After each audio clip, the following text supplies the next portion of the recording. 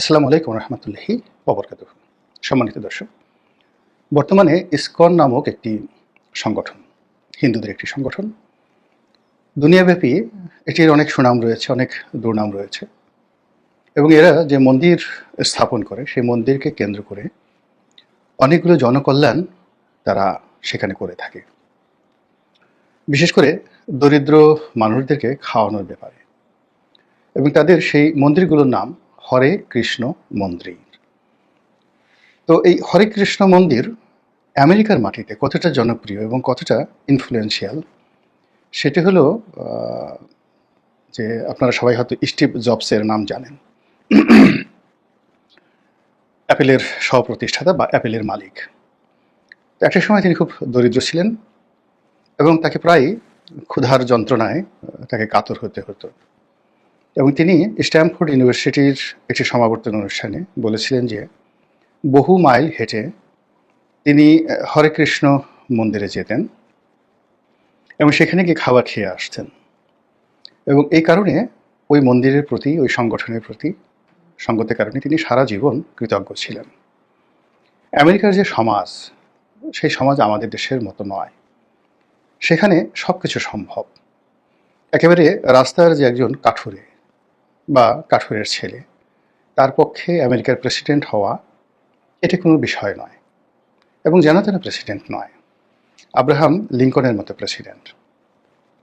আবার বারাক ওবামার মতো অভিবাসী, কালো রঙের অভিবাসী, ব্ল্যাক, সবাইকে তাজ্জব বানিয়ে সারা পৃথিবীর যে সাদা মানুষদের যে অহমিকা, দম্ভ, যেটিকে আমরা অনেকে র্যাসিজম বলি, সেটার বিরুদ্ধে বারাক ওবামা যে জয়ী হতে পেরেছিলেন, তার মূল কারণ হল আমেরিকান সোসাইটি। এই সোসাইটি কৃতজ্ঞ সোসাইটি। তারা সহজে কাউকে ভুলে না, উপকারের যাকে বলা হয় প্রতিদান দেওয়ার চেষ্টা করে। তো সেই যে হরে কৃষ্ণ মন্দির, এই সংগঠনটি যদিও একজন ভারতীয় প্রতিষ্ঠা করেছিলেন, কিন্তু এটির সবচেয়ে বড় যে বিস্তৃতি, সেটা আমেরিকাতে এবং ইউরোপে। তো যেটা বলছিলাম যে আমেরিকার লোকজন কৃতজ্ঞ, শুধু মানুষের প্রতি কৃতজ্ঞ নয়, মহান আল্লাহ রাব্বুল আলামিনের প্রতি কৃতজ্ঞ। এবং তাদের টাকার উপর লেখা থাকে, দেখবেন যে ইন গড উই ট্রাস্ট, আমরা মহান আল্লাহ রাব্বুল আলামিনকে বিশ্বাস করি। খুব সংক্ষিপ্ত ভাষায় এর চাইতে আর বড় কিছু থাকে না। ঈমান বলতে যা বোঝায়, সেটি এর চাইতে খুব সংক্ষিপ্ত ভাষণে একজন মানুষের যে অঙ্গীকার মহান রবের প্রতি, সৃষ্টিকর্তার প্রতি, এটি আমেরিকান জাতি তাদের টাকায় এই শব্দটি সম্বলিত, অল্প কিছু শব্দ সম্বলিত এটি বাক্য, ইন গড উই ট্রাস্ট, এটি দ্বারা বুঝিয়েছেন। তো যেটা বলছিলাম, সেই হরে কৃষ্ণ মন্দির বাংলাদেশে আছে, সেই ইসকন বাংলাদেশে আছে। তো আমাদের দেশে আমরা সবাই মনে করছি যে এটা একটা উগ্র হিন্দুবাদী সংগঠন, এদের দোষের কোনো শেষ নেই।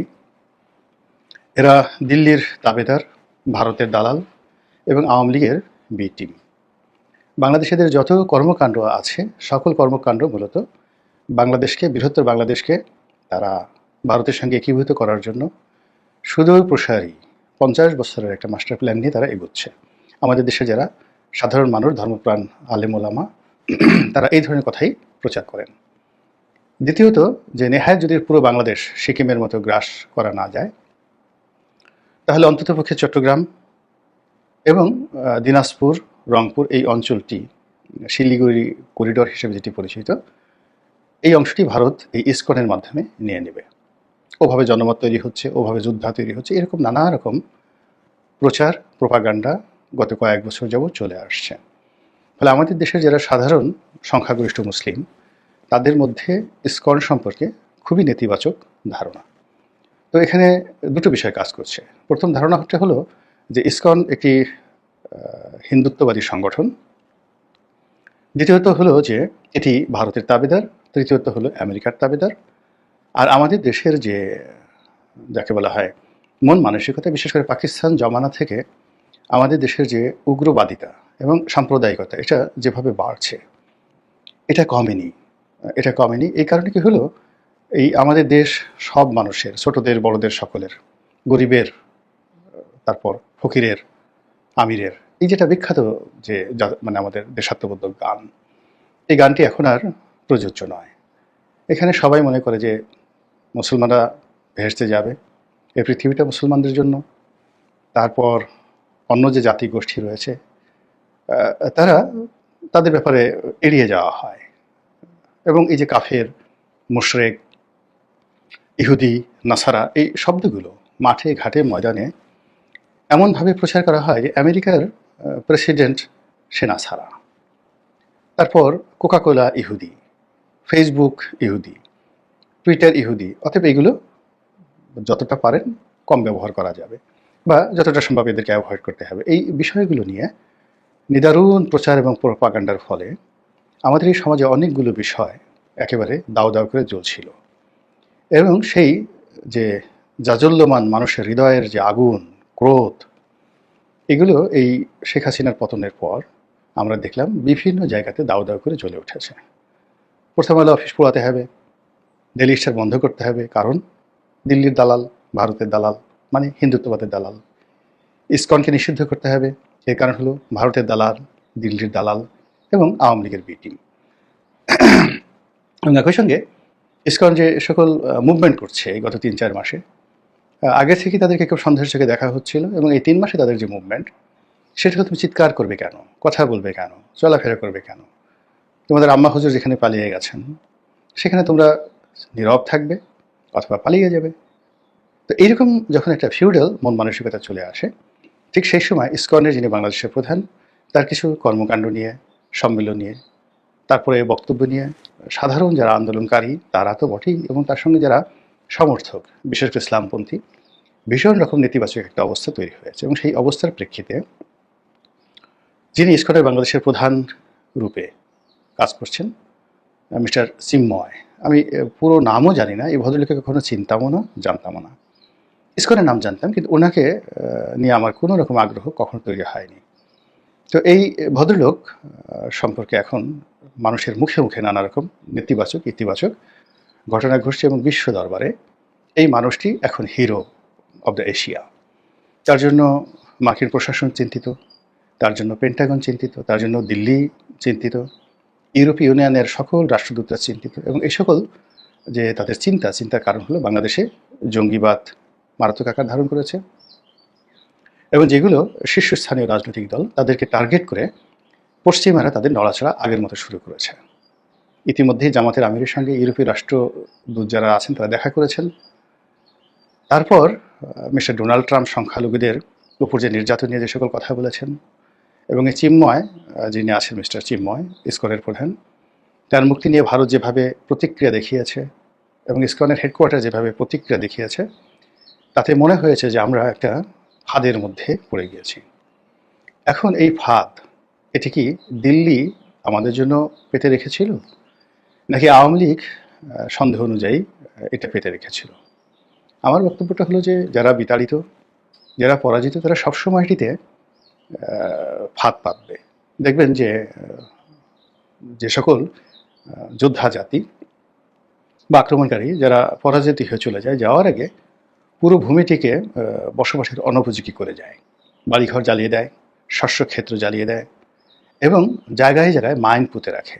1971 সনে আমাদের সেই পুরো কর্ণফুলী চ্যানেলটিতে তারা এমন মাইন পেতে রেখেছিল যেন ওখানে কোনো জাহাজ ঢুকতে না পারে।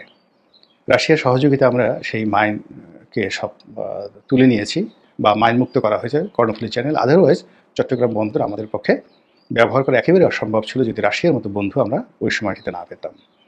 তো এরকম অনেক জায়গায়, আফগানিস্তানে এখনও দেখবেন যে আমেরিকানরা অসংখ্য মাইন পুঁতে রেখেছে, এবং সেই মাইন এখনও বিস্ফোরিত হচ্ছে।